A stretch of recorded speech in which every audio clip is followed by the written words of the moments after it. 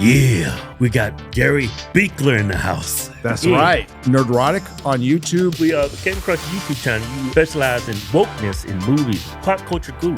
I cover the good, the bad, and the ugly from pop culture. There is stuff I like once in a while, but most of it's been pretty Pop culture is something that the right has completely ignored for a long time. Right, they have. They don't respect gamers. They don't respect nerds. And that's what's kept them from succeeding for a long time, because they don't understand that pop culture is a soft power of Hollywood. Yeah, a lot of conservatives now understand we have a culture war. And it's been going for a long time. Yeah. A long time. And it won't end. Why did this happen? The Marxist activists have infiltrated every institution in America and have for years, for decades. This has been going on for decades, and now we're way too left, like crazy left. You make TV and movies, these are leisure items, and you're starting to use them as platforms and feeling emboldened enough to start saying it publicly. And like, you know what, half the country, go f*** yourself. Looked like that culture war kind of shot itself in the foot, though, over like the last year or so. Yeah. Oh, all of them did. Yeah, they got way too arrogant. They bought into it, freaking BlackRock and all the investment firms, and they were just sold this bill that they were going to make tons of money off it. Yeah, and then a beer company going with some dude with woman face on, thinking like, man, this will really appeal to our blue collar guys. Did they think they're like gay people were going to drink light beer?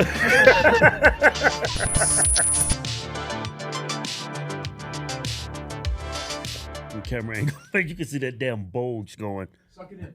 Yeah. All right. Let's get this shit going. All right. Let's do it. Yeah. Welcome to episode 69. We got Gary Buechler in the house. That's right. Yeah. What's up? Year I was born.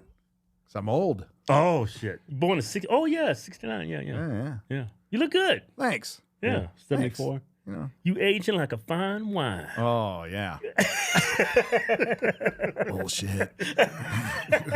Yeah. I thought that would be a good icebreaker. Sure. Guys are full of it. What's up, guys? Thanks for having me on, man. Not much. We came across a YouTube channel. You specialize in wokeness in movies and commercials and pop culture guru. Yeah.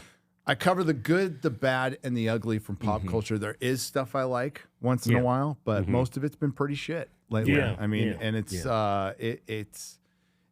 pop culture is something that hey, the right has completely ignored for a long time. Right, they have. They don't respect gamers. They don't respect nerds, and that's what's kept them from succeeding for a long time, because they don't understand that pop culture is it's a term that the left likes to use, the soft power of Hollywood. And of Silicon Valley, which is not very soft. It's pretty freaking hard. Right. And ignoring that through all entities that provide information to us, even if it's stories, has led us to where we are today in this, which is kind of the age of chaos, considering what's going on today. But that has a lot to do with ignoring what happened in pop culture and recognizing it. Yeah. A lot of conservatives now understand we have a culture war going. Oh yeah, and it's been going for a long time. Yeah. A long time, and it won't end anytime soon. I think a lot of people after the election of Trump just thought, okay, we're done. Things are going to change overnight. No, we still got women. We still got dudes in women's sports. We got Elon and Trump going at it. Have you seen that? Oh yeah, all day. He said Trump was in the Epstein files. Yeah, I said, holy shit! No wonder it didn't come out. Yep. Do you put any truth into that? Don't you think that if he was in the Epstein files, that you would get, though, the Democrats would have released him, everything would have been redacted except for Donald Trump's name, with highlights and little red arrows to it. So I'm calling bullshit on that one. But then Trump came out and said we could save a lot of money if we just cut off Elon Musk's company, billions of dollars. So I said, man, this is a horrible breakup. It's a train wreck. And something told me it's just going to happen. 2 billionaires. Yeah, two. They're just mega egos. It's honestly though, it is kind of like you have to laugh at it because it's not good. It's fucking horrible. It's nuts. It is totally. You're playing into the Democrats are just like, oh thank God. Yeah, and I'm pretty sure lefties gonna start buying Teslas again. Oh, absolutely. Yeah. And there's a lot of Republicans who are going to have Tesla regret. You know. It's going back the way They're it going used to burn to be. their own Teslas. I don't know what the fuck's going on. I know, man. It's crazy. I just know it's horrible. It's not good at all. I mean, like this is going to stop the movement in its tracks for a while. Can it recover? I mean, Trump's recovered from so much other shit. I'm not going to say this is going to stop MAGA or anything like that. And I'm not an expert in it. But it's not good. I wish they would have done it behind closed doors and shut the hell up. But that'd be the professional thing to do. But we're not dealing with that. Yeah, but so it's WWF. I don't say WWE. Elon and Trump, they are the two biggest internet trolls. Yes, they are. They've always been, and now they're going back and forth. I said, man, this is crazy. Maybe they can reconcile, though. You think so? You know, once we the relationship say no. goes south. Yeah. We say no, but they didn't like each other before. And we've seen people reconcile who have said far worse. Right. You know, I mean, some marriages get back together that shouldn't, you know. So, who knows?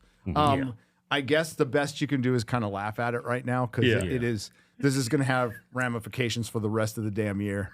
Yeah, the way he ended that tweet, Elon, he said he's on the Epstein files, and that's why they haven't been released. Then he said, "Have a good day, DJT." I was like, and then under that tweet, he leaves a reply. Yeah. Mark this comment, mark this tweet, and check back in about a year or something like that. He said. Yeah. Oh. I was like, man. Yeah, maybe they can reconcile. I hope he's not on that. If Trump's on the Epstein list and they got a video of him banging some transgender or something, I'm like, you know what? I'm out of politics. This is over. I just think that would have been out years ago. Yeah. Prior to the 2016 election, all of that. I just think they trolling, they beefing. Yeah. Oh well. Damn. Yeah. No. It's actually depressing. Yeah. It's super depressing. Yeah. I was about ready to check out this month. I said, you know what? I'm done. Yeah. Because without Elon, man, I mean, I think he still would have won, but I think the race would have been a lot closer to the election. Yeah. Him buying Twitter changed everything. You can't take that away from him at all. That's right. And being with Elon and being with RFK Jr. and bringing in other people, it looked. It looked like it was tenuous anyway. Right. But I'm like, man, if they can make this work for a couple years, that'd be great. We got a couple months. We've never seen anything like this in my lifetime. Right. It's always been this fucking dog and pony show. That's what all the politics in Hollywood. Washington is just Hollywood for ugly people, as you know. Yeah, I think they're the best two powerful people in the United Trump States. And Elon. Yeah, they're right there. Yeah. That's it. Man, Captain America. So we need Thanos, right? Is that what we need? Bring them stones out. Bringing people together. Thanos was right, by the way. Back to the culture war thing. Looked like that culture war kind of shot itself in the foot there for over like the last year or so. Yeah, with Dylan Mulvaney and Oh, all of them did. Yeah, they got way too arrogant. They bought into it, and you guys know the reasons. Freaking BlackRock and all the investment firms, and they were just sold this bill that they were going to make tons of money off it. Yeah, and then a beer company going with some dude who's with woman face on, thinking like, man, this will really appeal to our blue collar guys. I'm like, Dylan Mulvaney. Yeah. Did they think they're like gay people were going to drink fucking light beer?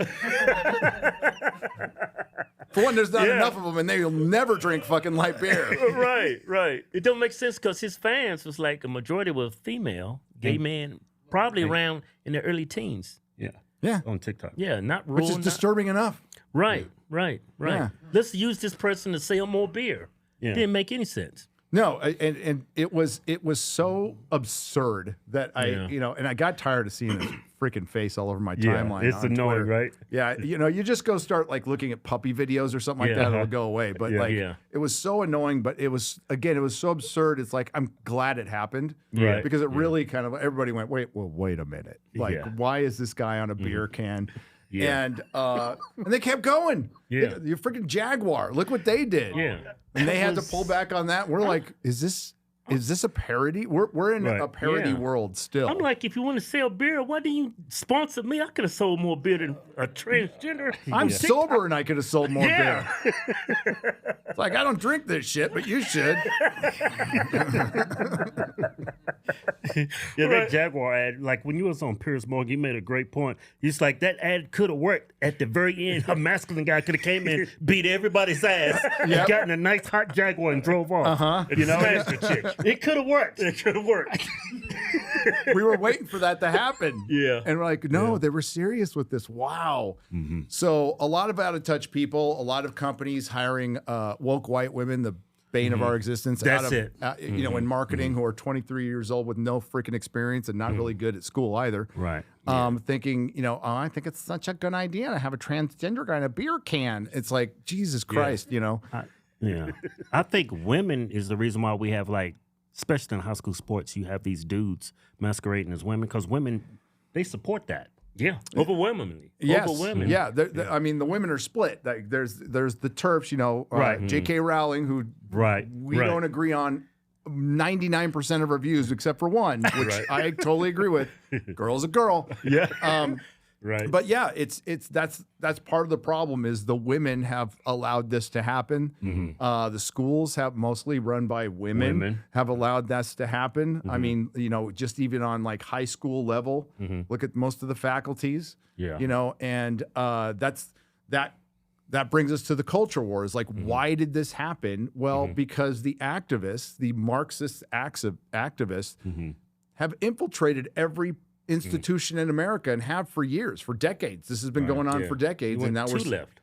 way too left, like crazy left. And then they're going to end up, if things keep going, and they think it's Trump, and they're wrong, by the way. They're going to end up building what they hate. They're going to like it's going to swing the other way. Nobody wants that. We just want to have for one. Marxists are against fun, so fuck them. I like having fun. Right. They don't like us being comfortable. I'll never forget Jar Jar Abrams, I call him Jar Jar, fuck that guy, who directed 2 shitty Star Wars movies and destroyed Star Trek, so fuck him for both of that. While LA was burning during the riots, his company Bad Robot put up this list of no more this, no more that. One of the things he said was enough white comfort. And it's like, motherfucker, you make your money off of comfort. Yeah. Okay? You make TV and movies. These are leisure items, and you're now starting to use them as platforms and feeling like they've always kind of thought that. But they feel emboldened enough to start saying it publicly and like, you know what, half the country, go fuck yourself. Yeah, what does that even mean, white comfort? It means we have to be thinking. See, activists don't want anybody. That's why they are out to agitate. That's entire job is to always, how could you be comfortable when there's a fucking genocide going on right now? How could you be comfortable when there's racism? How could you be comfortable when this injustice is going? Well, I'm sorry, you know, sweetheart, there's an injustice going on in the world every fucking day, and I can't think about it. I'm sorry. But what I could do is not be a dick. I think that's kind of that's what I can do. That's within my power. Right. But they want you uncomfortable. They always want you on your back foot. That's why they're always attacking you. You guys know this because they want you on your back. It's the art of war. They want you like in a defensive position all the time. And eventually, you know, I would say the side of common sense finally had enough over the last year. So it's like, fuck this. Shut up. I don't care what you say. Yeah. I mean, I've been called racist for so long now. It's just I kind of laugh at it. It's like, Just They for having call us common racist. sense. Yep. Yep. You know, they called us the blackface of white supremacy. Well, you are, you know, and you should make a shirt. You and Larry Elder, you know? You know what's crazy, man? How crazy in the left has been? California, New York, Illinois still voted blue. It's like so disheartening.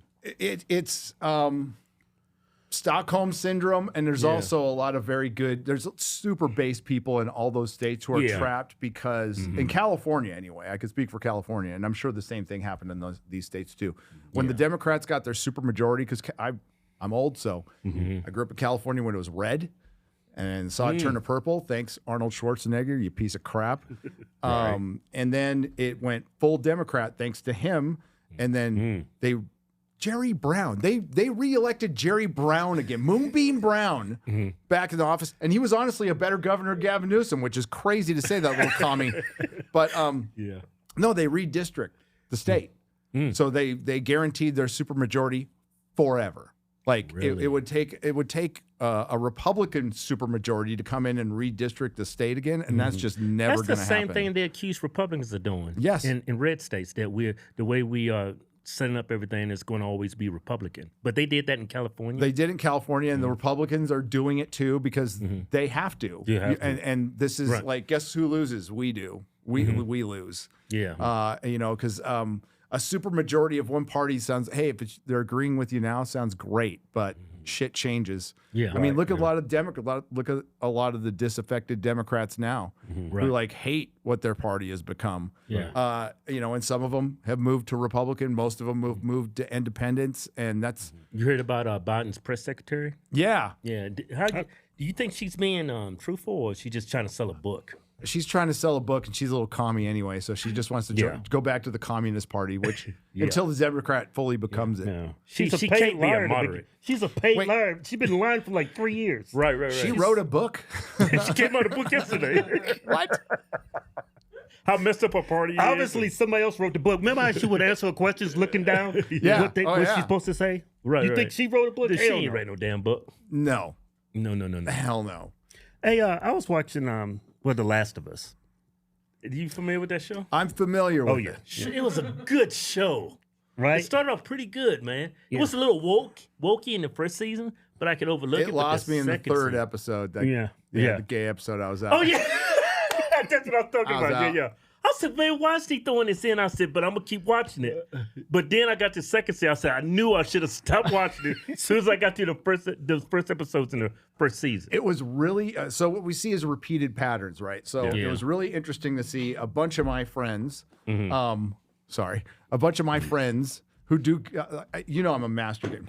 I suck at gaming. Oh, really? But my friends are like really into Geeks and Gamers and Az from Heel versus Babyface and Ryan Kinnell.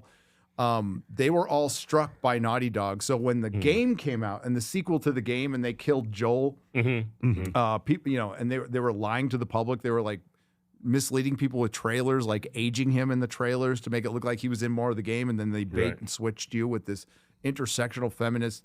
And the Abby in the game is way worse. Like she's all fucking jacked, and she's like That's a dude. what my son was telling me. Yeah. So the memes were coming out all over the place. Like my friend Jeremy posted a Scott Steiner meme of just Scott Steiner's head on Abby holding a fucking 5-iron. Yeah. And his channel got struck. What? His channel got Off a struck meme? off a meme and talking about spoilers. Ryan, my friend Ryan, almost lost his channel. He got struck twice. My friend Az got struck. So Naughty Dog was out there. That's her in the show. Right. Yeah, that's her in the show. That's her in the game. little bit different. Yeah. That's crazy. The resemblance is uncanny. Those arms, all kinds of games. Them shoulders. Yeah. I think the Black Snape casting is more accurate. Yeah. That's nuts. So we knew this was coming in season 2. Everybody knew it was coming. So I was just waiting for it. I knew a guy who worked on the show, and we were actually in Vegas for my meetup a couple weeks ago. He's like, "It's happening this week. They're killing Joel." And I'm like, you know what? Good. Fuck Pedro Pascal. yeah. I hope she caves his fucking head in. She did him wrong. In the Abby show. beat the shit out of him. Yeah. And that's the second time he's had his head caved in on HBO. Right. Right? Game of Thrones. Yep, that was brutal. But it is a direct connection to the culture war and everything that's happening. And it really just exemplifies everything that's wrong with Hollywood. Like the guy running the show, Neil Druckmann, was just convinced like his vision was so great, even though like he had a lot of help with the first game. The first game's a massive hit. Yeah. Apparently it's a good story. I'm done with zombie fucking stories where people just turn in, where I end up rooting for Like the a zombies 90s at the thing. end. Yeah. It's just horrible people going out. It's like, just eat them all. I don't care. Right. Nobody wants to explore a zombie apocalypse where they discuss, gender issues. And, Right. A girl's going to say, "I'm a dad." Yeah, she's dead. Yeah. Yeah. Yeah. No. I'm going to be a dad. The what was that the zombie show, the Walking Dead? Walking Dead, man. The last several seasons, they put a gay male Mm-hmm. couple, gay female couple. They put a bitch to death. Like she made it through all that damn shit. She made it. A deaf one. Yeah. Like you got all these zombies eating people, but you survived. No, And you're it's- deaf. You can't hear shit. Yeah. Zombie could have easily walked. That's how you hear them coming. That's how you know they're there. Yep. But she survives. No, all the characters that check all the boxes have the most plot armor in absolutely everything. Yeah. And Yeah. it's in everything. We can go back to even Game of Thrones, like Arya Stark. Great character, great character in the books. Had all the plot armor in the world towards the end. She got all the good kills. She took the kill away from Jon Snow, and it ended in disaster. And they said, well, we thought it was too obvious to give it to Jon Snow. So you gave all the kills to Arya, and you turn her into Mary Sue, and it's a character we liked. And this all happened around the same time. Yeah. Donald Trump's first election broke entertainment, broke Silicon Valley, and they started colluding and working together. And all of a sudden, you start seeing the same themes in everything. And I thought it was going fucking crazy when I first saw it. I'm like, man, Yeah. some of the stuff I'm saying, thank God there's not a lot of people watching because I sound insane. That show, The Last of Us, they said the opening viewership on the show was 9 million. The last episode of the second season was all the way down to 2 million. Yeah, it's crazy, and those numbers track with what's happening to Hollywood overall. You know, people Everything's down. everything's down. They're backing out. Like I was watching Ozarks. That was a great show. And then the FBI agent was gay, and then he was fucking his partner. They were both gay. And then I was like, where did this come from? It like pissed me off that these guys do not come off as gay. Yeah, then he starts screwing his CI, a redneck hillbilly that was gay. Yeah, he was gay. Yeah. I was like, this is Did you not watch even believable. Ozarks? I started watching it. I didn't like it. I knew it'd get gay, but that's what. That's how they draw you in. You are too homophobic. I You am need too to watch. homophobic. I was like, this is like they're cramming it down our throats. Yeah, like if it makes sense in the story, like there's Umbrella Academy season 1 had a really interesting gay story that made it work because it was part of the story and it wasn't egregious. But no, I do not seek out two dudes It snuck up on me. I was going like, at it. I looked at my wife and said, this dude's so Yeah, And then it started one episode, the black dude's getting sucked off. Yeah. You see somebody's head going down, so he's getting sucked up by a woman. Yeah. And then that's his partner right there, just sucking him off. I'm You're like, like, man. wow. I looked at my wife, do they gotta put this in everything? Yeah, they do. It's part of it's part of their worldview, right? And Right. listen, there's no underrepresentation of gay people in Hollywood. We get it. It's a lot of gay people in Hollywood, and it's fine if it reflects the regular population's percentage, not Hollywood's. Well, Yeah. I mean, shit, everybody's gay in Hollywood. Yeah. But it was fine before, but now it's feeling forced, and now with all the check boxes, we notice it. And when they do a certain casting or they in a third season of a hit show, they're like, we need to put a gay story in. Yeah. Right. We'll show all those chuds and right wing Republicans. Here's some gay rednecks, you know. It's the same It reason. really to go- offended me because I'm a redneck. And you know that one show, Law and Order, loved that show, right? But the last season I was watching, it got so woke. She adopted a child, and the child was telling everybody about it. There's a girl in her school that's non-binary, and we call her they, and how they suspended kids because they're being cruel to her by calling her a boy. I stopped watching that show immediately. Yeah. Yeah. I was like, this is stupid. It's programming at this point, especially Yeah. when they, with procedural TV, they can always put in that topic of the week in there. Yeah. And they always did that. But that's the programming that they gender doesn't matter. There is no difference between boys and girls. And we're all just going to be like little blobs in gray suits, eating our bugs and living in state property. You know, that's what they want. That's what they think. And they think it's progress and they think it's good. And there is a very high percentage of trans kids in Hollywood. You notice that? Like, Yeah. Yeah. I Like think everybody, all the kids are trans. all of them. And it's because they are accessories. Yeah. Their kids are fucking accessories to them. And it's no wonder they come out like just just completely crazy. Yeah. And we, the taxpayer, are going to end up paying for their therapy or hospital or whatever. That when doesn't make any sense. Why some of these people that get locked up and we got to pay for their therapy. Or when they was in military, we have to pay for their sex change. It's like that doesn't make any sense. No, it makes sense when you have an agenda, when they're trying to force it on it. But it's so freaking insane. And you know what? They get away with it because they can, or they could.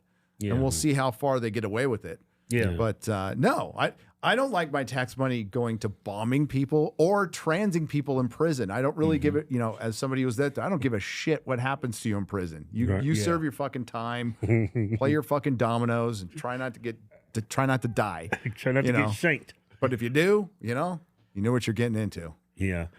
Is it true that they're gonna what is it? Black Panther is gonna be a white guy? Yes. Okay. So That's crazy. I do This not is want to funny. see a white Dolomite. I do. No.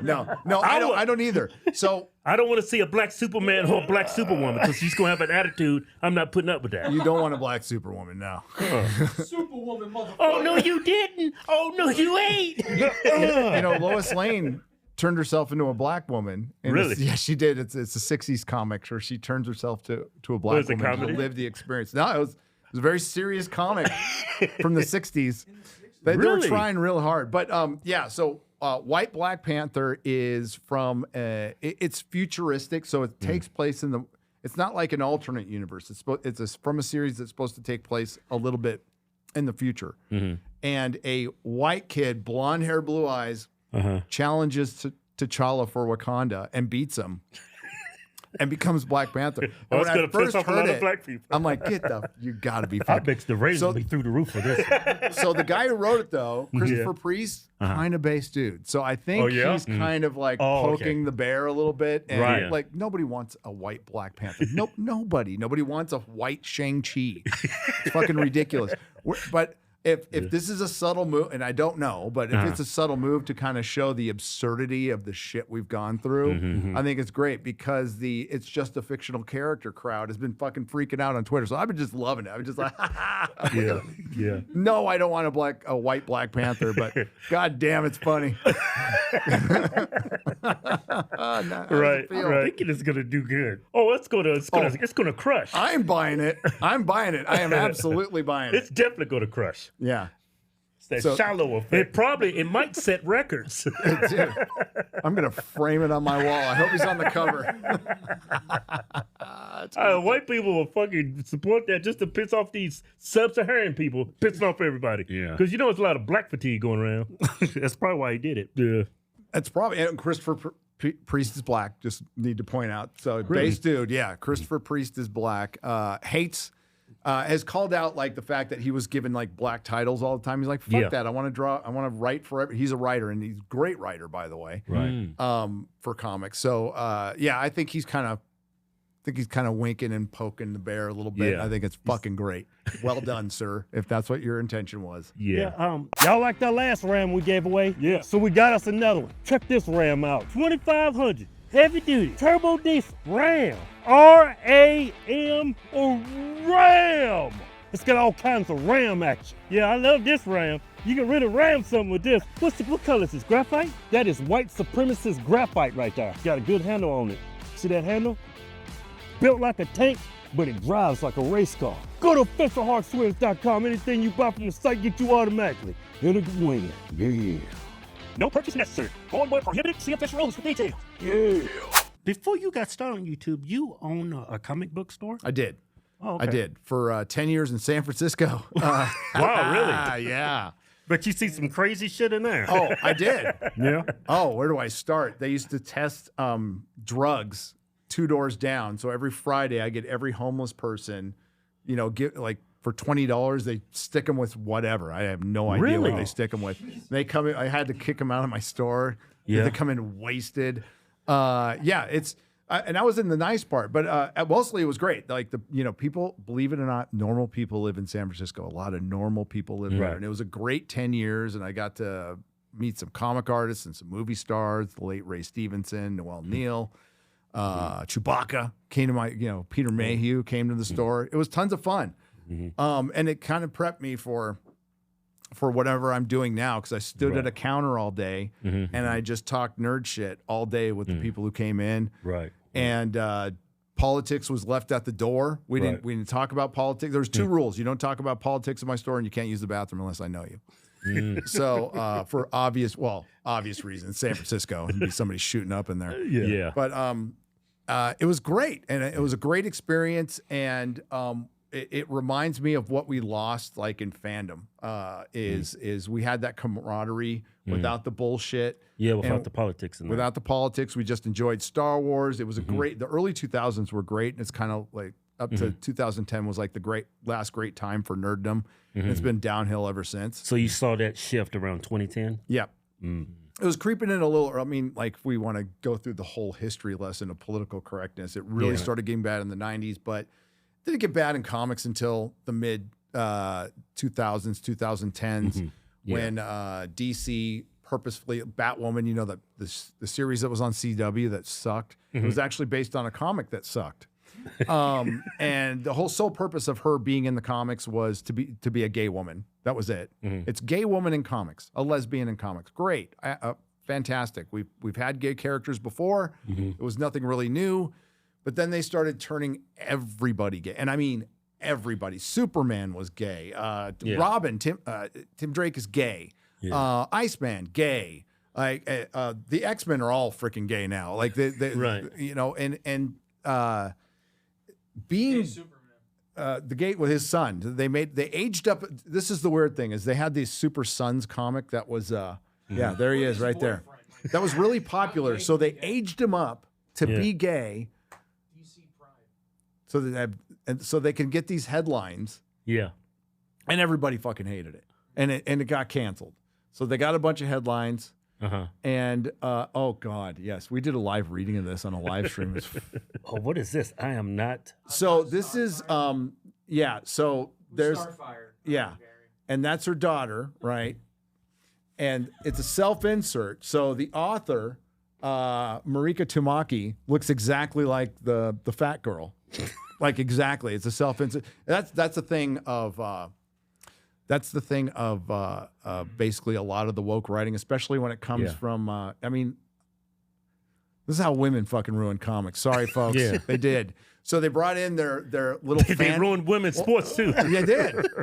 Women are ruining women. What the fuck? No, they brought in their fanfic, and there's a long story behind it. They brought in their fanfic, and fanfic is fucking horrible. Fanfic and shipping are the... chick that wrote it? Yeah, look, she looks just like her. Oh, wow. It's a self-insert.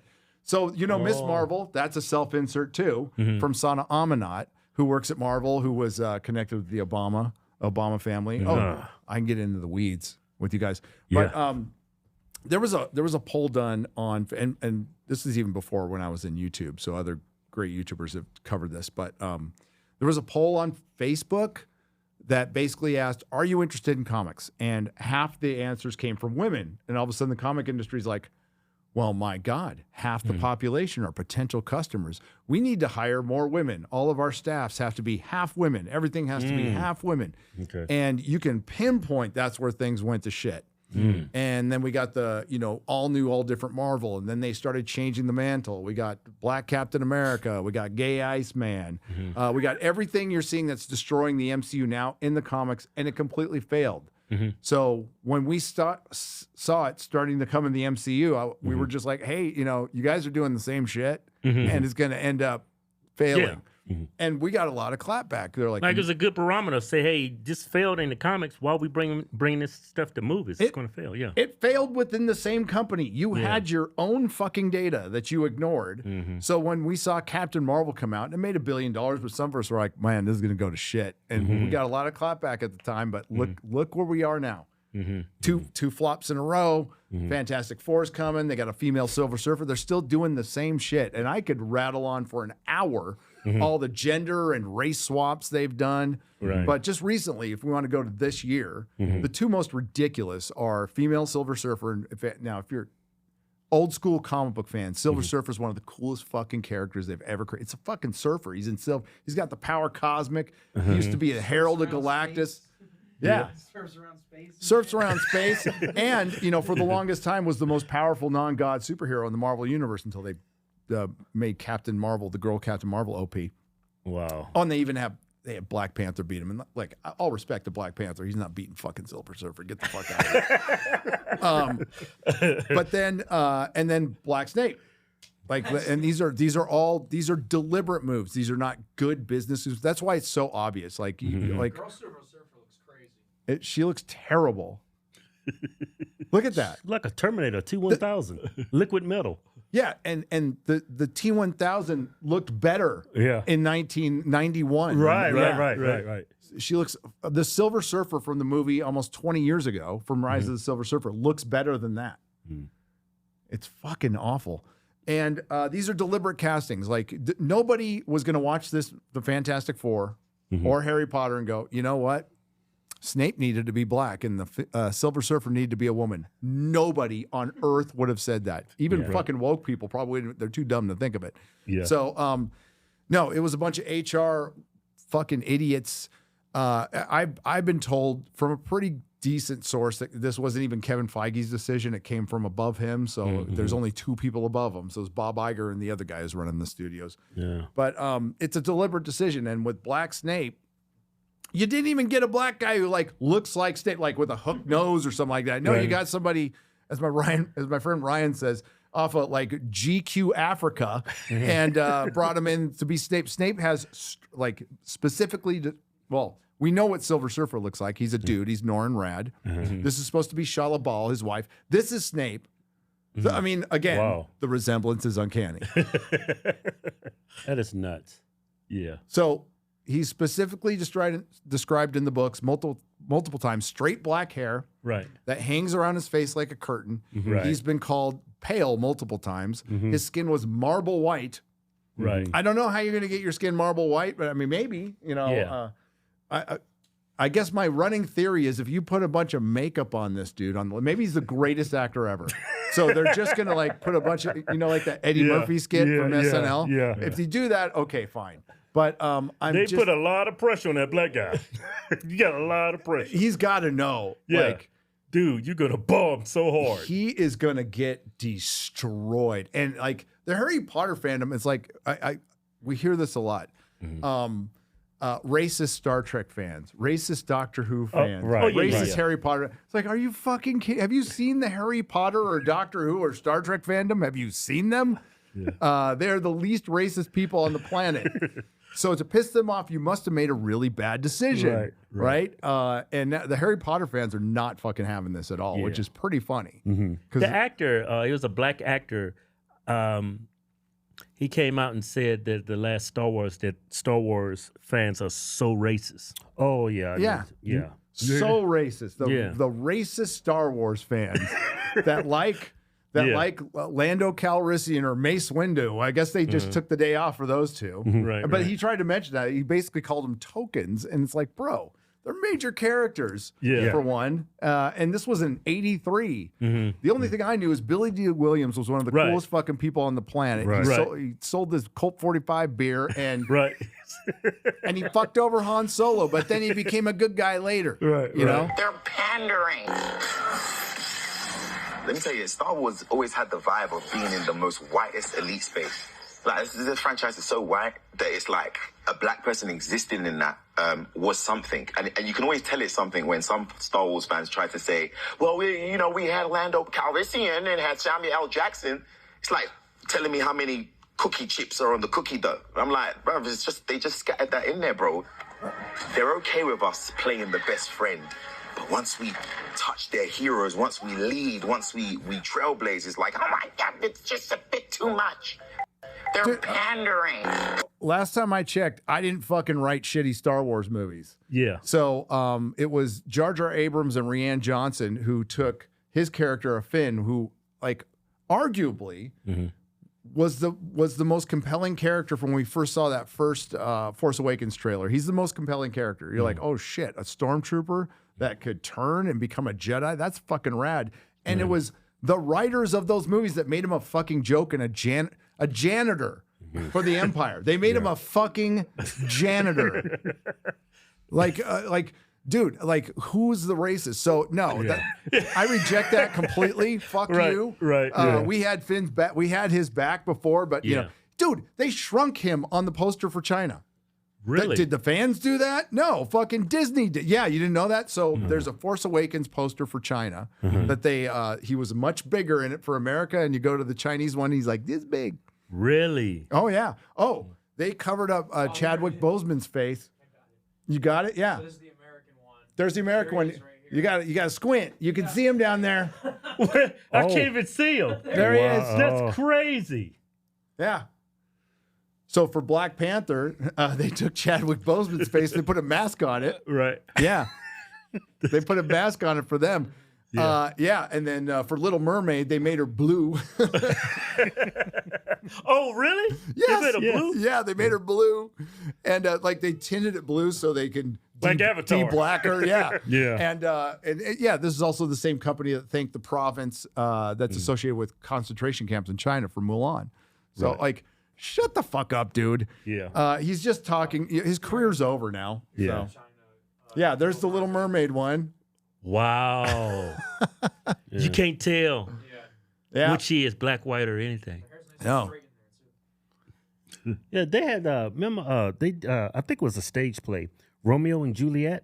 They had that one black chick that looks like a lesbian. Yeah. It With was Tom like- Holland? Yeah, I was like, everybody's like, this is so not believable. No. I mean, it actually made me question who was Romeo and who was Juliet. I think she would have been a better Romeo, to be honest with you. Yeah. Yeah. Yeah, that was I mean, totally believable. Those. Man, that girl will suck you off. that big Girl mouth. was, she got a mustache? Yeah, she got that one. She's like Dom Luker. Oh, shit. Oh, no. Like that pissed everybody off. Just like, oh my God, this is went too far. Yeah. It was so funny. People were posting the day before they announced Hermione that she was going to play Hermione, and so many people believed it. No, I mean, never mind the fact that she's almost 30, you know, and Hermione's like 10. Yeah. But people were believing it because, like, why not? We live in such a crazy time right now. It's like, oh, sure, a 30-year-old black lesbian playing Hermione, I can fucking believe it at this point. Yeah, then Captain America, they gave to a black guy. He's a very good actor. I forget his name. But Anthony he came Mackie, he's great. He came out and said some things that really created a lot of turmoil before that movie came out. I forget what he said. Do you remember what he? Yeah, he said basically that Captain America doesn't really represent America. I mean, I'm paraphrasing it, Right, but yeah. and it's like, Why would he say that? I think he got caught in. I think he was trying to say like it's got mass appeal, but he Right. really just said it fucking wrong, like as wrong as you could, and like motherfuckers like me are gonna go, see, you know, see, told you. Right, exactly. The thing is, man. it sucks what they did to him because he was a great Falcon, and Falcon is Marvel's second black character, Right. and doesn't have black in front of his name, and he was Captain Exactly. America's. And the reason Black Panther succeeded the way it did, great marketing. They convinced America that you would be racist if you don't go see Black Panther, but. For comic fans, well-established character, part of the Avengers, been reading them all my life, love the character, love Falcon, no problem. They're great on their own. Now you're giving him, it's a great example, to make him more legitimate, you're giving him Captain America's hand-me-downs because it's not legitimate until you get the white man's hand-me-downs. That's fucking racist. It's God damn it. My friend Eric July is the one who brought that up a lot, and he's right. He's 100% right. You had an independent character that you could have just had leading the Avengers, but you had to make him Captain America. It's the soft bigotry of low expectations. And that's why we don't get original characters now because they don't really believe in it. They don't believe in their fucking diversity. If you did, you would create an original character. You would put all the resources you possibly could behind it. Right. Put the best writer, best artist, doesn't matter what they look like. You know, and if it's a black character, doesn't have to be a black writer, doesn't have to be just the best. They need to be the best. Make it popular. Todd McFarlane made a black character really popular. Spawn. You know, so it's not hard. You just put the best talent behind it and you put resources if you really fucking believe it, which they don't. That's why they always gender swap and race swap. They don't believe in Captain Marvel or Brie Larson, not one fucking bit. They're like, look at this OP girl. there's a thing called the hero's. There was a hero's journey. You go through a journey as a hero. You got to answer the call. And it kind of acts as a curve. It's a character arc. Right. The hero's journey is a straight line. It is. She was awesome to begin with, and everybody else just needed to figure it out by the end of the movie. And that's pretty much what they do. And that's why these movies feel fucking lame, because they are. Yeah. I went to see Black Panther. I liked the movie. It's just they had too much African culture in it. I was like, they showed a guy, he had a big old plate in his lip, and his lip was like this. I was like, that was stupid. And then they showed a guy, he had all these keloids all over his face. I said, that has nothing to do with being black. Not in my book. They put African culture in it. Yeah. They made it like African culture black. They did. And then they had an isolationist ethno-state in the middle of a poverty-stricken Africa. And they had all these fucking resources they weren't sharing in a giant wall. Right, yeah. Based. And then the second movie, a bunch of Latin people are trying to break into their country through the wall. It's like, what the hell's going on? Yeah, some racial undertones, like they're coming in legally and shit. Yeah. I was telling Joe, there's a part in Wakanda Forever where they're lowering a force field, and they lower it with DJs. They're all that's how they lower the force field. Right. And we were talking, Joe. It's like a bunch of white people were sitting there making decisions. This is gonna be so cool. It's so urban. They really like the DJs and the hip hop. Yeah. You know what's funny? You made that point. I mean, we went out to eat. It was these past business partners, and they were like whitey, white, right? And he took us to this nice place, and no black people was in there. A black guy walked in. He's like, was that Eddie Murphy? I was like, that was not Eddie Murphy. I was like, that was not fucking Eddie Murphy. I was like, you fucking racist piece of shit. And then a couple months go by, we in North Carolina, and they said, man, black guy walks by. Is that Don Cheadle? I was like, what the hell? That is not Don Cheadle. Yeah, he was dead serious. White people make you uncomfortable, right? And I'm like very hard to make uncomfortable. You can say some of the most racist things in front of me, jokes, and I wouldn't be offended. That's good. And I noticed, like, when I get around certain white people, when they first met, how you doing, brother? He start talking jive to me. I'm like, dude, I don't even talk like that. Yeah. Yeah. It's like an airplane. I speak jive. Yeah, it's crazy. It's mostly the woke white people try that hard. Yeah, I mean, they're that fucking bad because they're not used to it, and I'm not the only person who's come up with this, but I think it's pretty clear they want to keep people on the plantation. They want to keep people part of that party. The rise of the black middle class would be fucking great. It would be great for this country. It would be great for the world. Be better for neighborhoods. Crime better for a lot of things. Crime would go down. Yeah. But no, it just like, and that's something that was happening that they put the kibosh on. And it's sad. And too much help can actually kill your aspirations to try harder. That's what. I mean. To get really serious, like one of the things I observed, well, obviously in prison, it's mostly black people. Like they are the majority. Yeah. And then there's the Latin people who are split into one's from Mexico and the Chicanos who hate each other's fucking guts.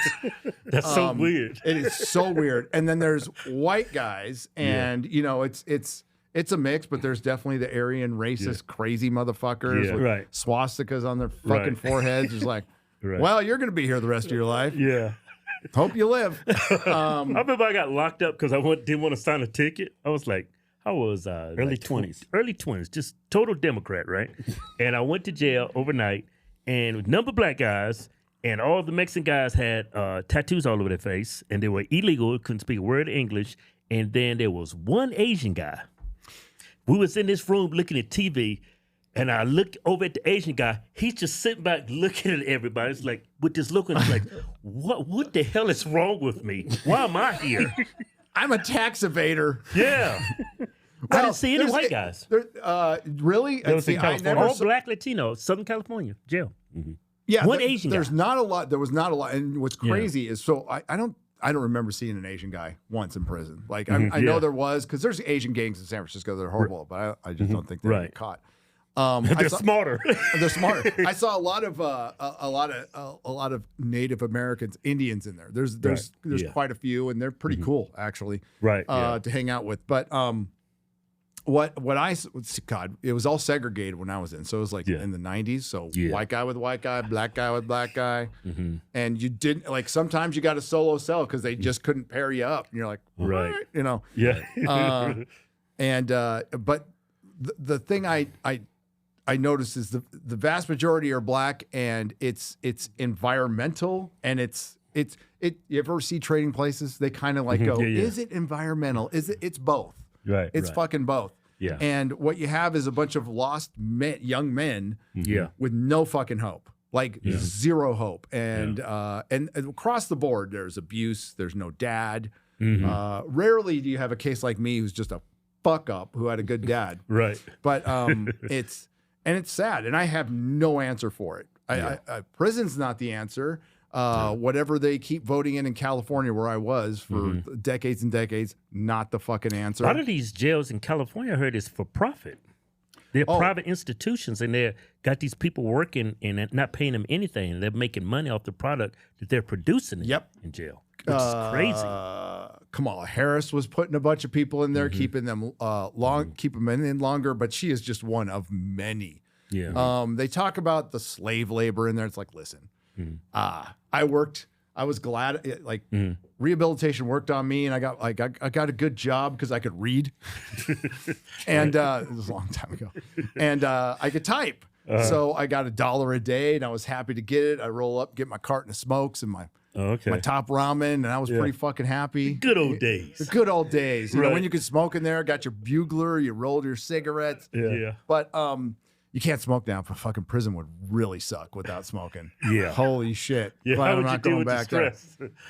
No, but it's super corrupt. I always tell the story when I was, and this will be in the book. I was in Folsom, old Folsom, and What were you in there for? Okay, so it's bad. Okay, it's Like not good. You seem like a great guy. I wasn't before.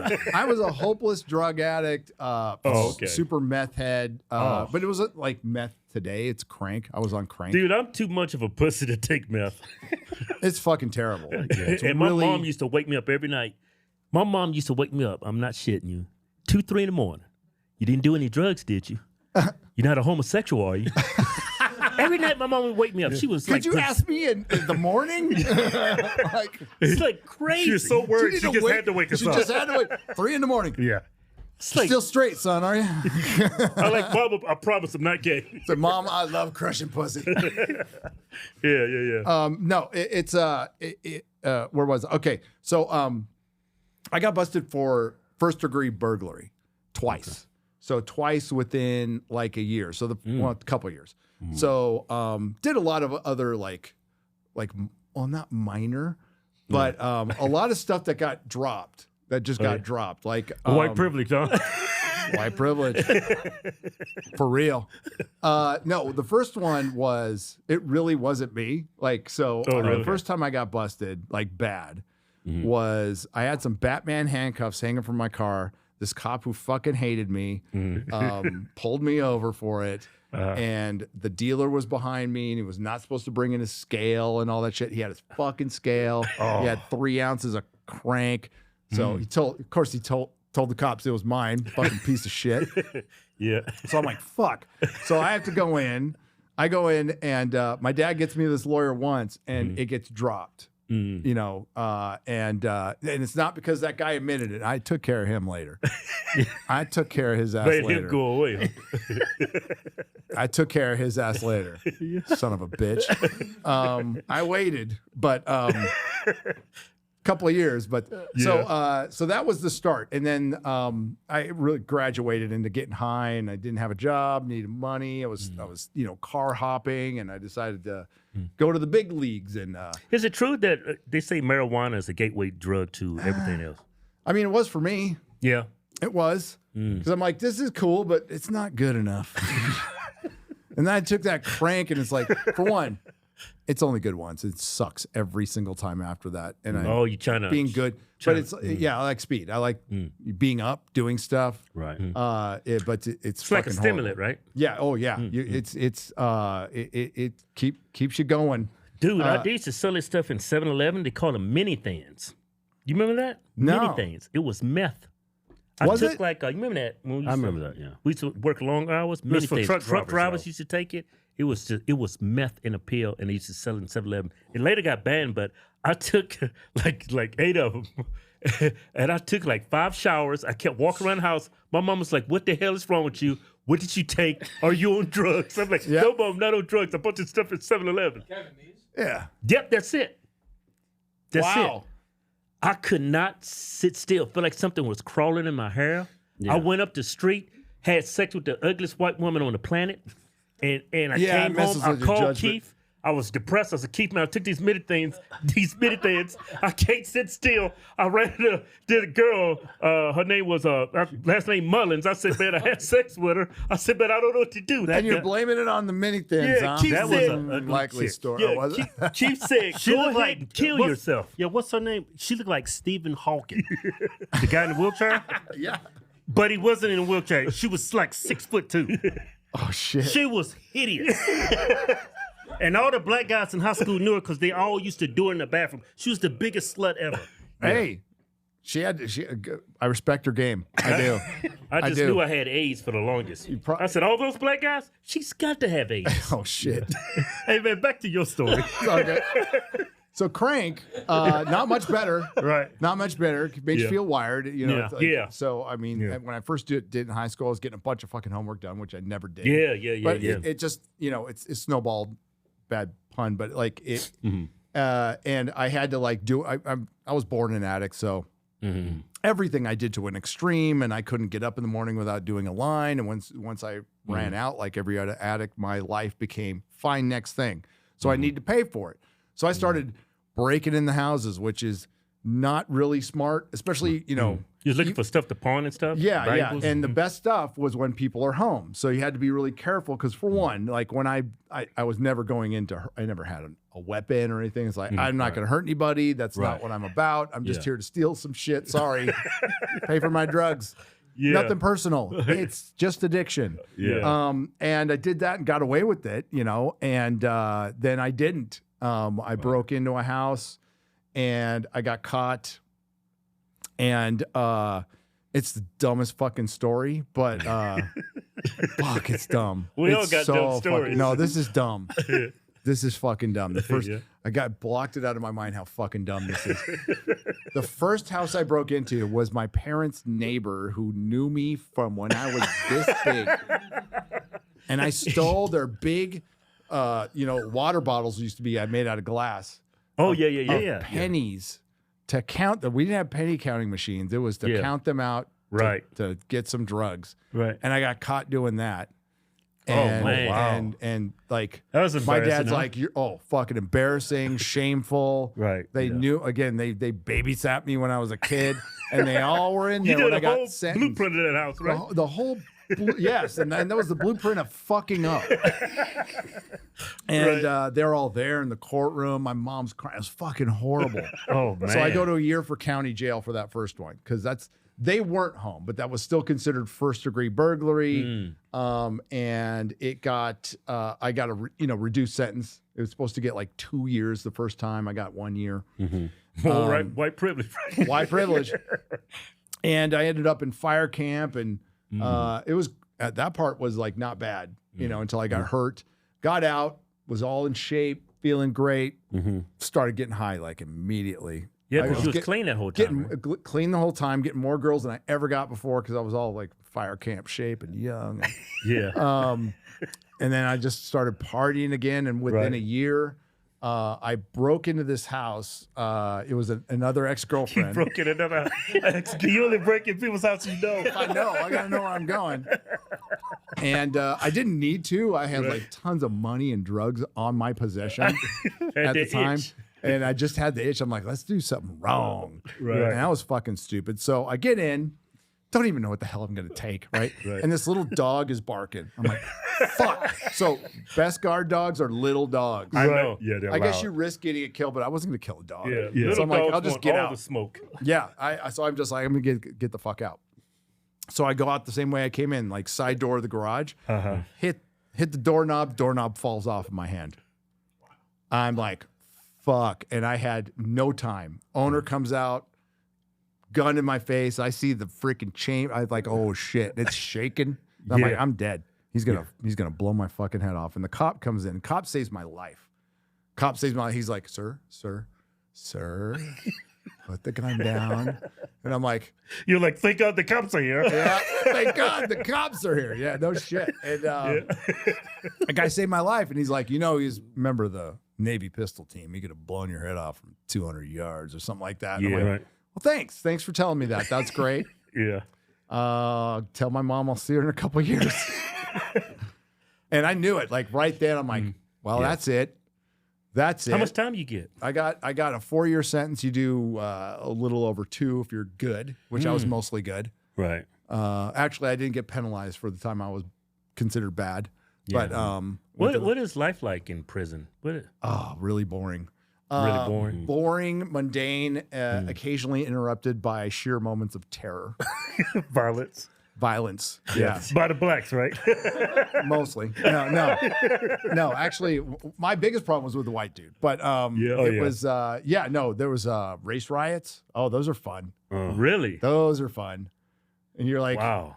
Yeah. you're like, what if I don't want to participate in the race riot? And they're like, you don't have a choice. I'm like, Yeah. I'm not in love with our team either. It's like, I don't like anybody. Right. Right. But no, there's Rodney King. When the LA riots happened, fucking Folsom blew up, and it was a movie. So it's Really? old Folsom prisons set up like any other prisons. It's tiered. There's tiers that go up a few stories. Right.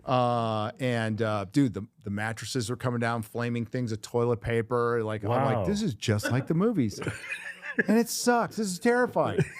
And yeah, so the riots hit inside the prison. Like people went fucking ape shit. And Damn. they started attacking guards, so they locked everybody down.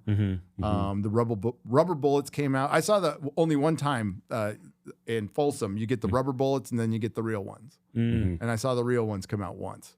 And that dude was dead. Oh, really? Seen someone Yeah, get on the line? there was some crazy. Yeah. He got his head blown off. What was the turning point for you? He's like, you know what? I had enough of this. First day in prison. Yeah, I was like, fuck this. Like county jail, it didn't really sink in. Right. Because I ended up going to fire camp, and then I went to after I got injured, I went to this really posh fucking halfway house. I'm like, this is kind of nice. Yeah. This is better than the last apartment I was in. Yeah. And girls work here. Shit. Yeah. No, first day. When I get I was in receiving for 4 months. I got lost in the system, and then I'm on this bus trip from San Diego to fucking Sacramento to Folsom. 16 hours, 12 hours, I can't even remember. Wow. Ankles chained, going to the bathroom was a complete pain in the ass. I had no feeling on my legs. It was right about then. And my first when they rolled in, they got us off the bus, they opened the gate, and that you're facing all the tears. This is like Shawshank Redemption. Oh, totally. They parade the fish. They're called the fish, the new guys. So that shit's true. They parade you right in front of fucking everybody. New fish. And this motherfucker talking right to me because I at the time, long, straight, beautiful blonde hair. He's all, hey, Goldilocks, you want to try my sack lunch? I'm like, fuck this. I'm getting a haircut tomorrow. Yeah. Took a couple days. I had to pay, and just got it was terrifying, and it sucked, and it was lonely, and read a lot of books though. I kept I took the advice that a guy, there's some kindness in there. Yeah. So there's some people in there like this because I was a kid. I was in my early 20s, so I think there's some people who are still human and kind of took me aside and go, listen, kid. Yeah. Don't mess with don't mess with the gays. Don't do any drugs. Don't gamble, and you'll be okay. You'll be okay. Just mind your fucking business. That's what my dad and my mom told me. Business. And I turned it into an art form. Whatever I saw, I didn't see shit. Yeah. I didn't. You don't tell, and you'll be okay. If you don't fuck with that stuff, they'll mostly leave you alone. Like I had like little round glasses, so they were all calling me John Lennon or John Denver, and they saw me as this like really bookish dork, which I was, you know. But and the other thing he said is like, you know, if a fight comes along, you got to fight. Just grin and bear it. You're gonna get your ass kicked. I mean, it's better than the alternative. Yeah. Right. So just give it your best shot, and you'll usually get respect. Right. So, and that happened, you know, a few times. I got my ass beat, but at least like I kept on getting up, and go, you know, and they're like, okay, you know, they left me alone after that. It's fine, because you can't avoid it. You can't avoid a fight. It's part of life. It's part of life in there. It is, but dude, it sucked. Having your molar knocked out fucking hurts. Oh, damn. So I mean, thank God it wasn't my front tooth. Yeah, I'm like, thanks for it not being my front tooth, but You getting hit hard if your molars coming out. bro, it was a big black dude. He stole my shower shoes, and I'm like, He stole your shower he shoes? stole my shower shoes, and I was like gonna go, fuck it, he can have them. I don't care. I'll deal with the athlete's foot or whatever. Right. And the bunky's like, no, you gotta go. You gotta go again. I'm like, really? And he's like, yep. I'm like, fuck. So I go up there. I don't even get my fucking sentence finished. I'm like, give me back my shower. Boom. Glasses off. I'm on the ground, seeing fucking stars. Yeah. Tooth swallowing, floating around in my mouth. Yeah. Wow. And I lost my shower shoes anyway, but at least I tried to get them back. Cops take me in. Yeah. So what happened? I'm like, I fell in the shower. Come on, tell me what happened. I fell in the shower. Yeah, you fell on your face? Yep, I fell on my face, knocked out my tooth. It's exactly what happened. Just like that. So that's where that no snitching culture came from. It's prison culture. Yeah. I mean, I think it probably comes like if we want to go back into the history of time, I think it's very tribal and cultural, but and especially from like in the 20s and stuff. He just even on the street, like nobody respects a snitch at all. But yeah, that's an easy way. 2 easy ways to die in prison: be a child molester or snitch. Yeah. And usually the trash will take itself out. But wow. That's crazy. Yeah. And I saw some horrible shit. Yeah. Horrible fucking shit. So men actually do get raped in there and people's shanked. Yeah, I never witnessed that. I think there's a lot of voluntary shit in there. I think there's a lot of fucking Just don't hurt me. There's a lot of motherfucking gay people in prison, okay? There's a lot of dudes that just comes out, you know what I mean? But Have you heard of the guy, the booty warrior? No. Oh, The booty warrior. The black guy. He's a black guy, of course. He said, if I won't. yes, I've seen that video. Yeah. I like the booty. Yeah, but that's the cartoon version. This dude actually existed. Really? Yeah, it's based on a real life character. You didn't know that? No. Yeah, there's It's called the videos of Booty Warrior. It's, Yeah, God, pull those him are up. old. It's called the booty He's like warrior. a black icon in the black community. Booty was Yep. Yeah, that's it. That's him. a man's butt. It was more, I'm sorry, it was more booty, having some booty was more important than drinking water. Yeah, I mean, I like booty. Johnson went on to tell our crew how it's not like it was happening. Sexual desires. He liked the booty. That nigga looks crazy. Yeah, he does. security was more lax. When I see one, and he looks good to me, when I go see him, I say, you come here. I say, I'm telling you what, I like you, and I want you. And we can do it the easy way or the hard way. So the choice is yours, right? I didn't know that was a real dude. That's a real dude. They That's made a cartoon real about it. dude. That's a real dude. That's why you don't go to the yard. Okay, so I to get my stores. That's it. I never went to the fucking yard. That's when you Like, had outside ever. time. You went to go play Yep, basketball. yep. With I the just weights. stayed in my fucking cell and read books and listened to music. Yeah. You know, you got a little TV too. You can get a little black and white TV set, and you can just sit Yeah. there all fucking day. Yeah. And I can watch me some TV more like anybody, Hell Right. yeah. especially there. Especially when you get fucked out there in the yard. Yeah, you get in the yard. Here, got there screaming, help, help. I just No, stay it's inside. it's pretty fucking bad in there. But I can't say I witnessed the only thing like you're forced to see some shit because like there's communal showers and that's behind the wall. That's when Right. you're all, especially when you're locked down, you're rolled down to take a shower. It's mandatory. You get 3 fucking minutes. And every yard that I witnessed, even in minimum security, they put a tranny down there. So a dude with boobs. Very popular. Very fucking You put a popular. transgender, huh? Yeah, and that helps keep the temper down. It keeps the temperature down. That's what a fucking guard told me. So it's like, oh no, this is they know what they're doing. Wow, so they got that transgender then sucking and Yeah, they're like, yeah, this will keep the rapes down and the violence down. Just throw a dude with tits. wow. Works for me. It is hell. It is absolutely fucking hell. And this was again. You ever see a movie called American Me? Highly recommend it. No, I need to Edward look at James that. Olmos. It was filmed at Folsom Prison about That's where you were at, huh? yeah, like a few months before I got there. So Johnny it's- Cash went there too and performed. he Folsom Prison. performed there. It's one of my favorite songs, man. Yeah, Yeah. the my live favorite. version is on Yeah. Spotify. Folsom fucking sucks. It's terrible. And eventually, so the whole reason I was there was I was a level 2, so I was not really considered violent. And at the time, old Folsom, because there was 2, was level 4, and they were moving them all out to Pelican Bay, and they weren't really supposed to mix the 4s and the 2s, but they were. Like my cellie was really? like brutally murdered 2 people over a fucking little baggie of fucking heroin. Ate their fucking lunch while they're dead in the fucking car. Piece of shit. Damn. That was my fucking cellmate. Couldn't wait to get away from that psychopath.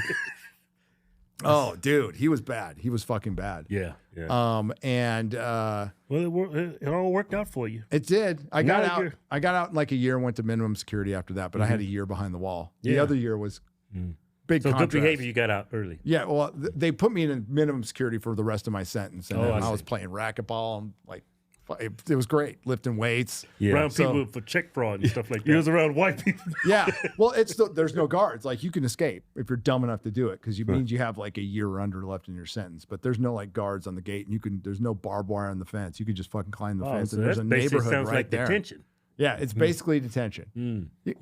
Hey, I want to ask you about Methylene Blue. We was watching Joe Rogan. He was with Mel Gibson. There's studies on that now where people have proven that People they've drinking methylene blue and stuff like that. Yeah, methylene blue, which was a fabric dye. Yeah. And now they find it has profound effects on your mitochondria. Yep.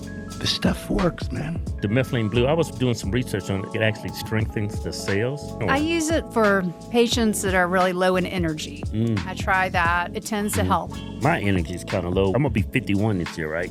So I know it's like my energy is better. When you take it, yeah. I've been taking it for actually a couple of weeks. It helps the mitochondria, which is your energy source in the cell. Oh, and this is kind of gross, I'm going to tell you. Not really tell her, gross. man.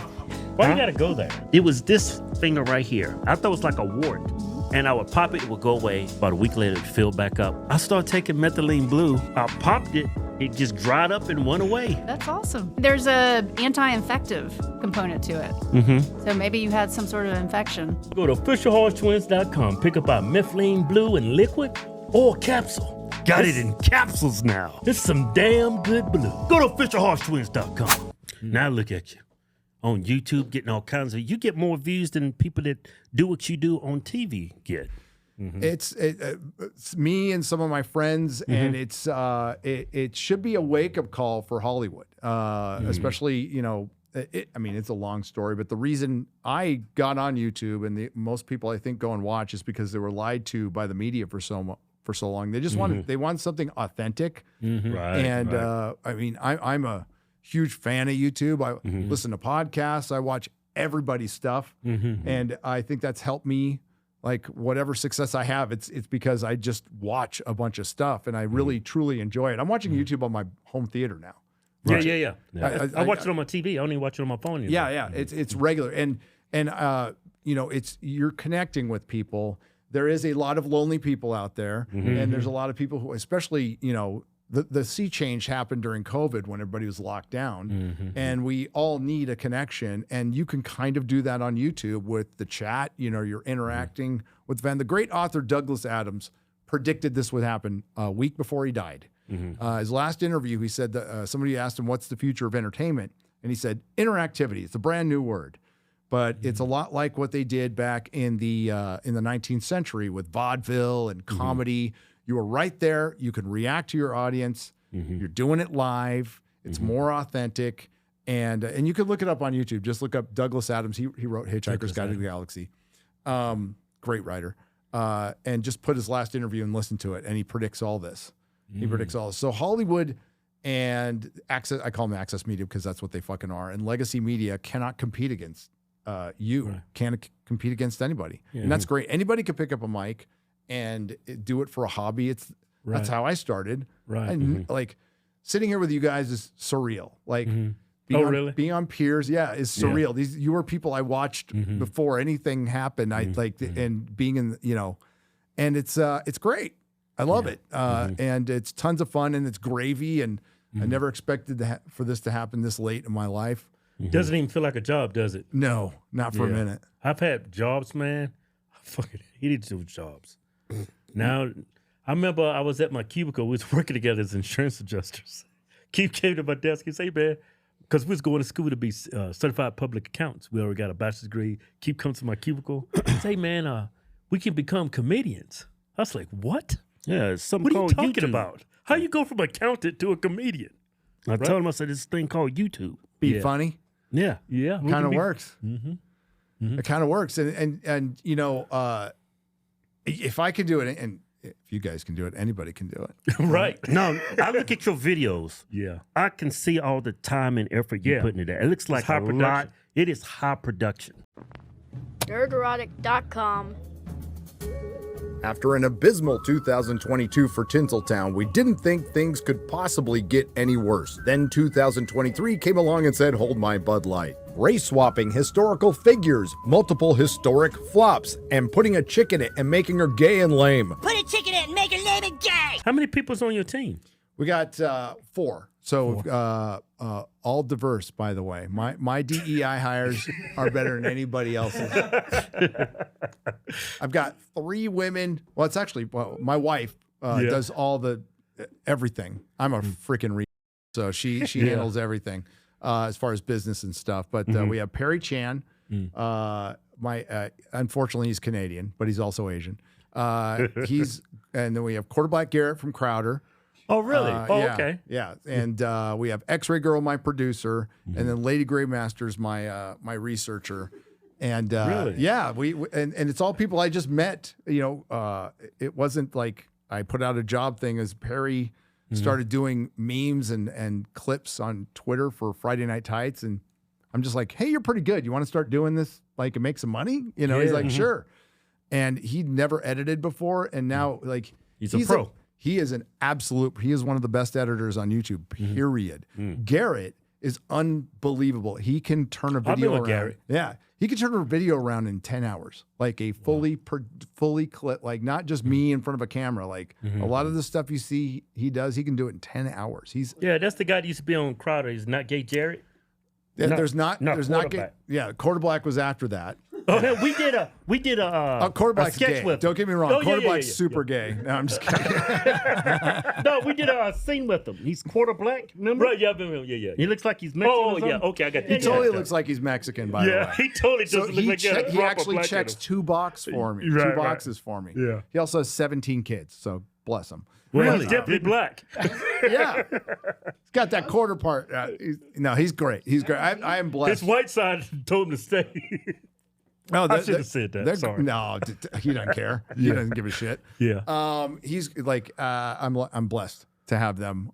Super talented people. And I just found them in the chats, you know. Wow.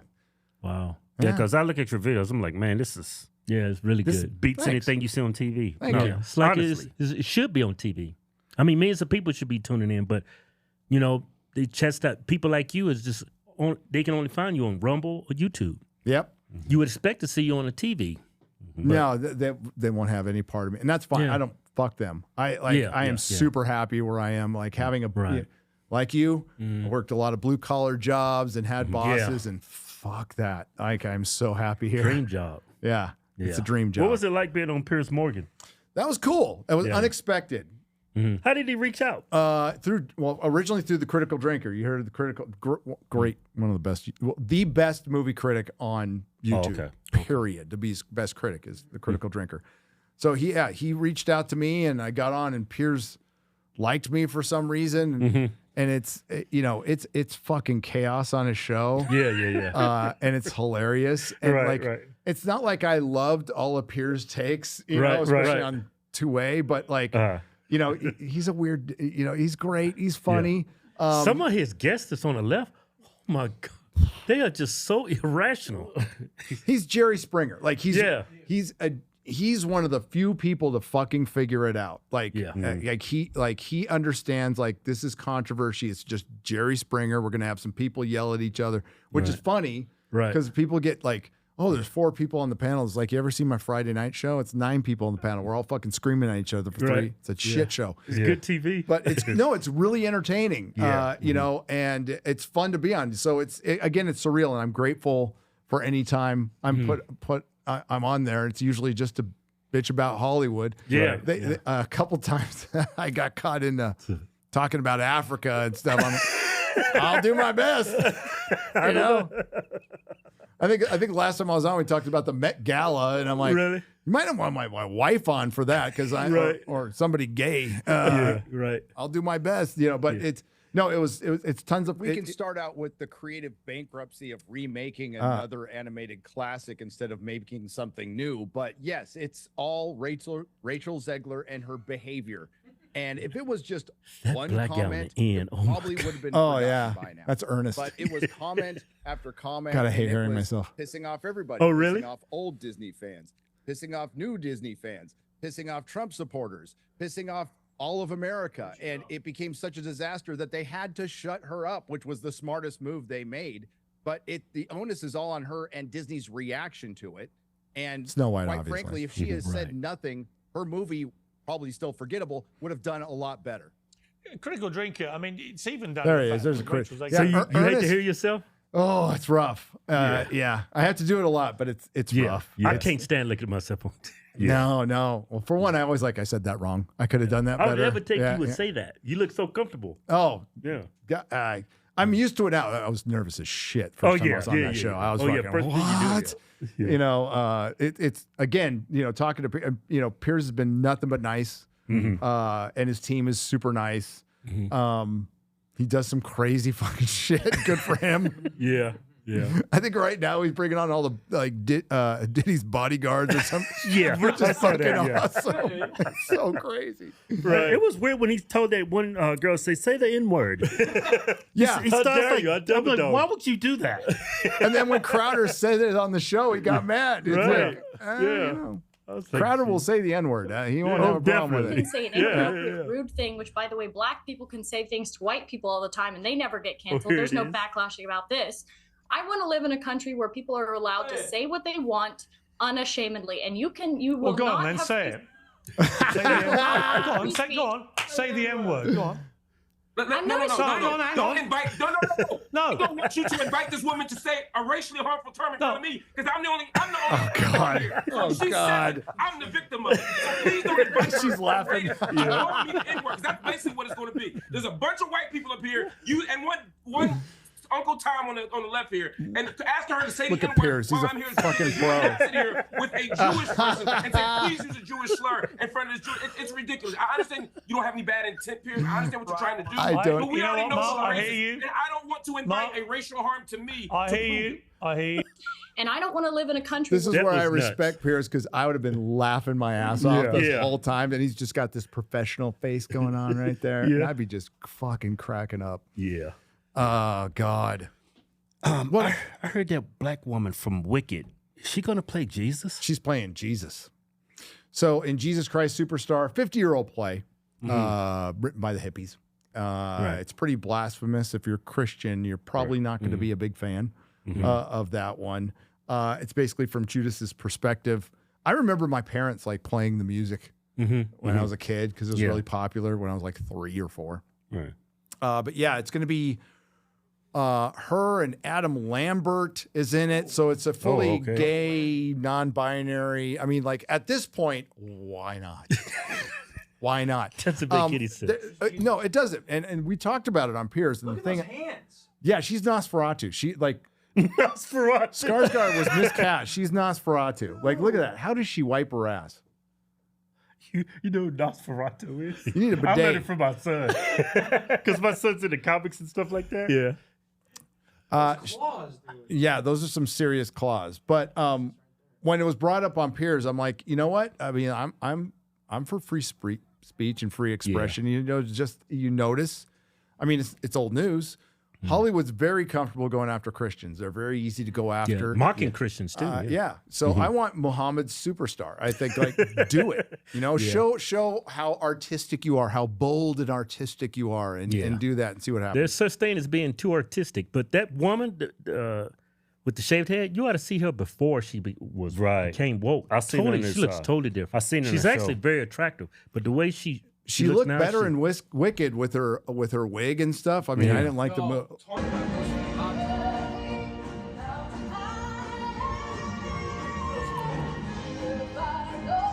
It looks demonic. She looks Ozempic Nosferatu. That's what she is. Why is her hand so big? She should be playing ball. I mean, she could be playing. Hands that big. Wow, that looked like a damn. Hey, pull up a before and after her, Joe. Wait, I'm showing you Nosferatu's claw. Yeah, Nosferatu. Yeah. There we go. Yeah, it's Nosferatu. There he is. Yeah. See if Dead you can ringer. find a before and after. You wouldn't even recognize her. What's her name even? Cynthia Erivo. Is that like African or something? Like sure. I have no idea.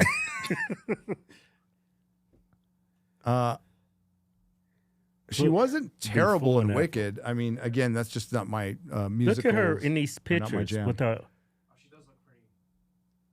Yeah, that's a difference. That's crazy. That's Hollywood, baby. Yeah. That's what it does to you. That's what it do to you.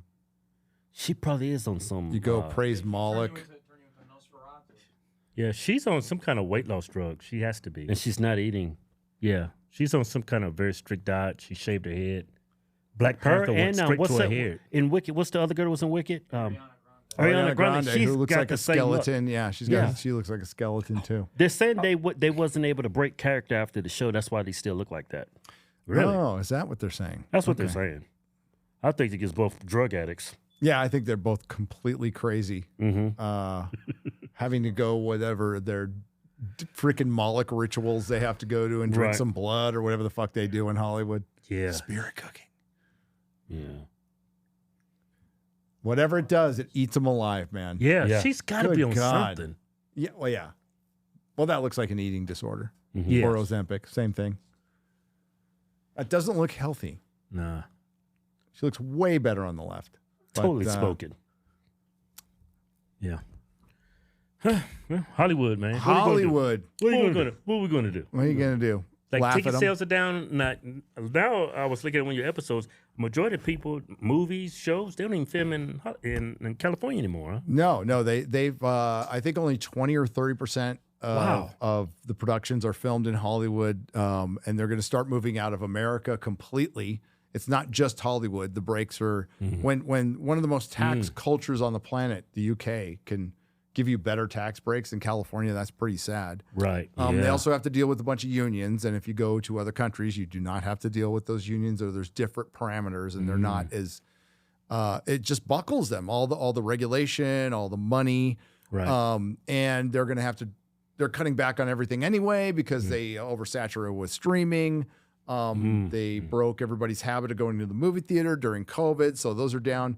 And you're seeing similar numbers. Everything's down, production down, movie ticket down, is down about 30-40%. That's crazy. You don't come back from that. Yeah, they're labeling what Hollywood like the Detroit of Hollywood, like Detroit. Yeah. What happened in Detroit? And it's a lot of business left. Tesla, Joe Rogan left. We left. Yeah, like we somebody, but I figured that out. Long as I mean, California is too expensive. It's too many taxes. It'd be stupid to start a business here. I wouldn't even want to try. I'm glad I recognized, my wife owned a brick and mortar, had a salon, and they shut it down. And honestly, now she's like, it sucked at the time, but she's happy because it got us out of there, and Texas is so much better. It just feels freer. California's got beautiful weather, but your prison has beautiful weather over there. And I'm born and raised there. I'm a Californian, and I would never want to go back. It's so oppressive. Everything is oppressive there. The sales tax, they just ding you and they won't stop. I think Trump just shut down the high-speed rail. Oh yeah, we gave federal government gave him what, like $9 billion, and they even laid a track yet? $40 billion in total. Wow. Federal government taxpayer money went to a few miles of track. I remember voting on that in 2009. Wow. 2009, 10 or 11, something like 15 fucking years ago. Yeah. It's supposed to come through Las Vegas. Yeah. And you know what? Nevada or Texas will probably build one faster. Like a lot faster. Yeah. I remember when we lived in California. It was like when we lived in Cali. I remember the state was always near bankruptcy. It was Jerry Brown was like the rolling blackouts. Yeah. Brownouts. Yeah. I remember when the guy right before I'm blanking on his name now. The guy right before Arnold Schwarzenegger deregulated the Gray Davis? Gray Davis. Yes. And what got him kicked out is he deregulated the electric industry, and it went fucking nuts. And everybody's like, my average bill and I was poor as fuck. So my average little rental was like $30. It went to $300 the next month. Yeah. Restaurants shut down. Like, wow. Places were out of business within a month, and they got his ass out of there. He was fucking gone. Yeah. And Gray Davis. They won't do that anymore. Like Newsom got away with so much worse. Yeah. And then when they recalled him, they just let him back in. But California it's beyond. It doesn't deserve to be that expensive. It's not that nice. People go, it's wonderful. It's like, listen, I lived there all my life, and admittedly, I grew up near the beach. And I never liked the fucking beach. Yeah. I'm not a surfer. You know, I went there at night to drink. That was about it. It's not as nice as y'all think it is. I was in San Francisco. 20 years ago, San Francisco was cool. It was just like a weird fucking artistic hippie town. Kind of like Austin, Texas. Kind of like Austin. Went to shit like real fast right after COVID. And that's the same for the entire state. The homelessness is run rampant. It's run by a supermajority that you keep voting in over and over again. And you have no choice to leave at this point. It sucks to bail out on it, but like. I heard they're gonna, people that's moving out, they're trying to come up with this new legislation where even if you move out the state, you still gotta pay state taxes in California. Oh yeah, good luck. That's unconstitutional. Yeah, but they'll try. They'll fucking try. Good luck. So to keep people from leaving. Yeah. You can't. Is that what's happening in California, where because of all the Tesla sales, they're gonna start charging a tax to use the road, toll roads? They're just going to toll roads. Yeah, they're just gonna raise up that tax. Oh well, yeah. They're gonna. I don't know if they've done this yet in San Francisco. They're doing something similar to London. They're gonna you're gonna have to pay a fee to go downtown, not just to park, just to go downtown. Wow. And it'll be some smog fee. They were thinking about shutting it down completely. There's a stretch of the 101 in San Francisco that they've shut down for bicyclists. That's crazy. That's fucking crazy. And there's not that, even in San Francisco, there's not that many bicyclists. But Gavin Newsom dictated that gas vehicles will be done in 2036. I think they flipped that recently. But yeah. There's going to be no gas cars whatsoever. I don't know how the fuck you do that. We don't have any viable gas trucks right now. Yeah. Delivering it, or electric trucks right now. I heard Jaguar scratched their what's that car? The electric vehicles? The electric vehicles, a sports car. It was called the Hellcat. Yeah. They scratched it. They did. Yeah. Well, I mean, they're expensive. They don't really save the environment at all. And I used to work at Tesla. They don't save the environment at all. Battery acid is really fucking terrible. The disposal of it's terrible. When it catches on fire, that shit burns forever. There's you got to put it out with milk, I heard, right? Foam and milk. So there's one accident we had in Palo Alto. It didn't hit the news. It caught on fire. They put it out. Yeah. They took it to the yard. 15 hours later, catches on fire again, sets the fucking yard on fire.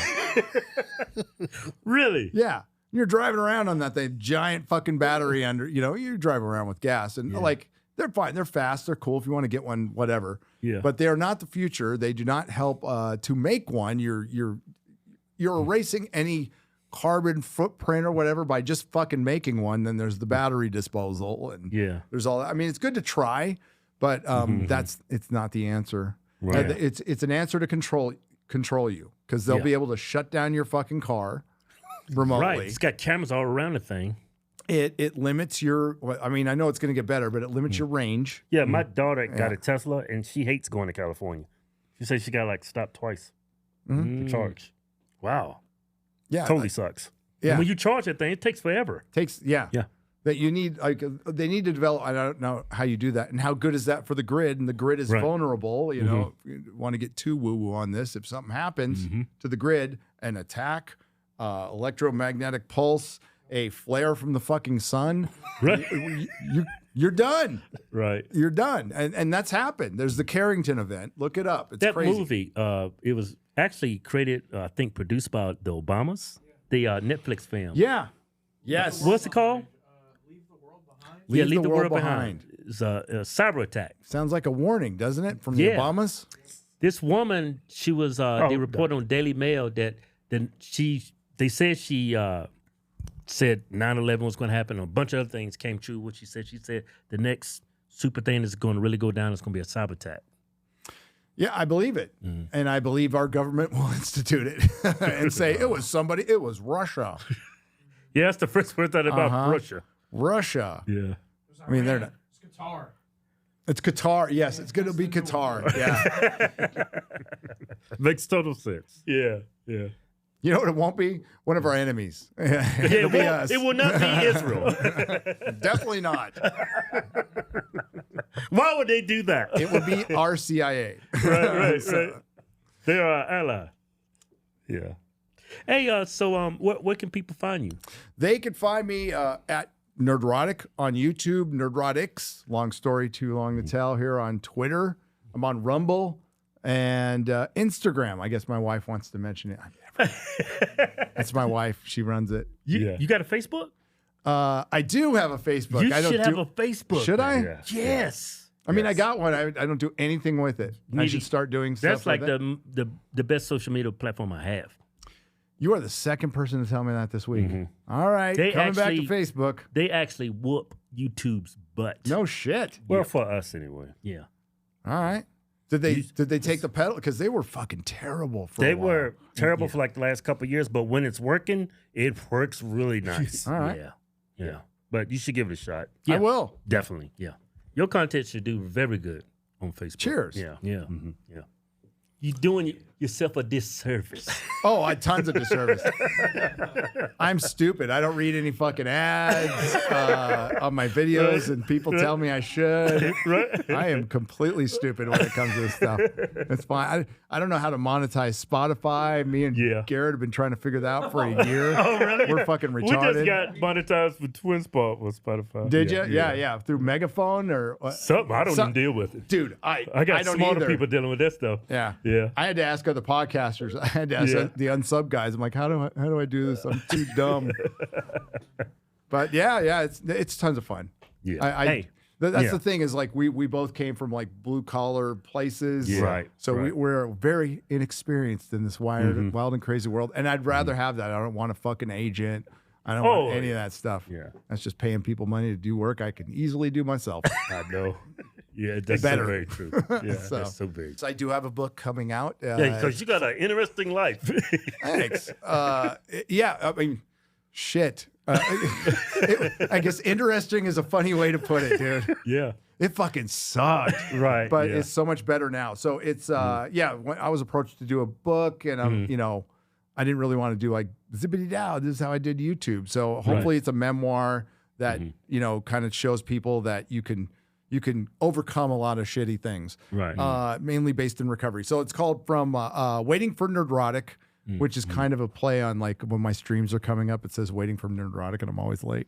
Yeah. From prison to YouTube. And it's supposed to be hopefully show people, especially young men out there, that you can, no matter how you've been abused, been put behind the 8 ball, had a bad situation in life, you're addicted to gambling, like you can't, like life does get better through sobriety. It can happen. Yeah, I'm sure it's going to inspire a lot of people because a lot of people's fighting with that. Yeah. I had to give up blackjack.